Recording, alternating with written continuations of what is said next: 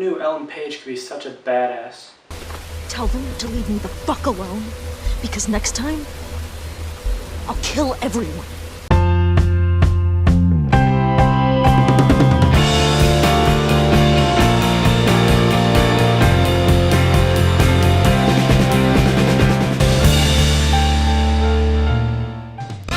Beyond Two Souls is a video game made by the same people who made Heavy Rain, and it's about a girl named Jody who all her life has had supernatural abilities.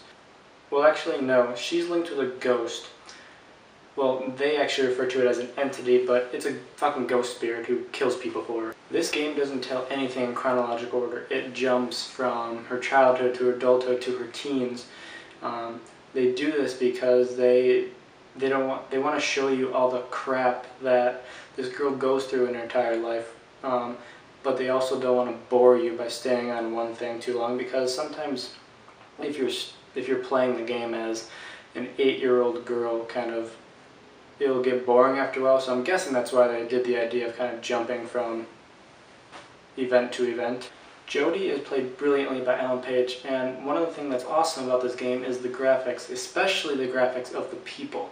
Jody looks exactly like Ellen Page, and the character Nathan, played by Willem Dafoe, looks exactly like Willem Dafoe. And that's actually awesome because you get to see the emotion and facial expressions that these guys do because the graphics are so well done. And I feel like that's why they got Ellen Page and Willem Dafoe to kind of do this game, because they know they could show the emotion and facial expressions on screen, so they kind of picked two actors they knew could kind of show that. Willem Dafoe plays the guy who pretty much raises Jody from like her childhood on, but all the while he's also the scientist trying to figure out why she's linked to this ghost. But Willem Dafoe is still really good in this. I know I half expected him to kind of like break down and freak out and yell, because that's what he does in all of his other movies, especially like this one. There was a firefight! And that's the first thing that comes to my mind when someone says Willem Dafoe's name. I picture him breaking down in Boondock Saints, or I picture him going, "Avenge me!" in Spider-Man. Avenge me! No! You know, so it's kind of like, you kind of expect that from him in any of these type of things, but it was nice to see him just kind of have like the father figure type of role for once, who kind of just like is a caring dude. But you know, he was still very, very good in this. But this game is really awesome. Being able to go all carry on a couple of horrible teenagers is actually really fun. More fun than I thought it would be. And who knew that the girl from Juno could be so freaking cool? The gameplay is fine. They just use the same system as Heavy Rain, and in that one you pretty much just, certain decisions you make kind of affect the game in the future. I mean, nothing you really do in this game really affects it too much, because they don't really allow you to really change the dynamics of certain things, but some things they do allow you to change. Like if you mess up certain things, you will get hurt and you will bleed and stuff like that. But you know, other than that, it's nothing too drastic.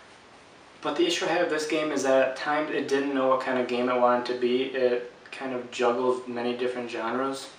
Like at one point it's kind of like a survival horror, then it jumps into like supernatural mystery, then you get government conspiracy, and then there's even a point where it kind of feels like a Call of Duty game.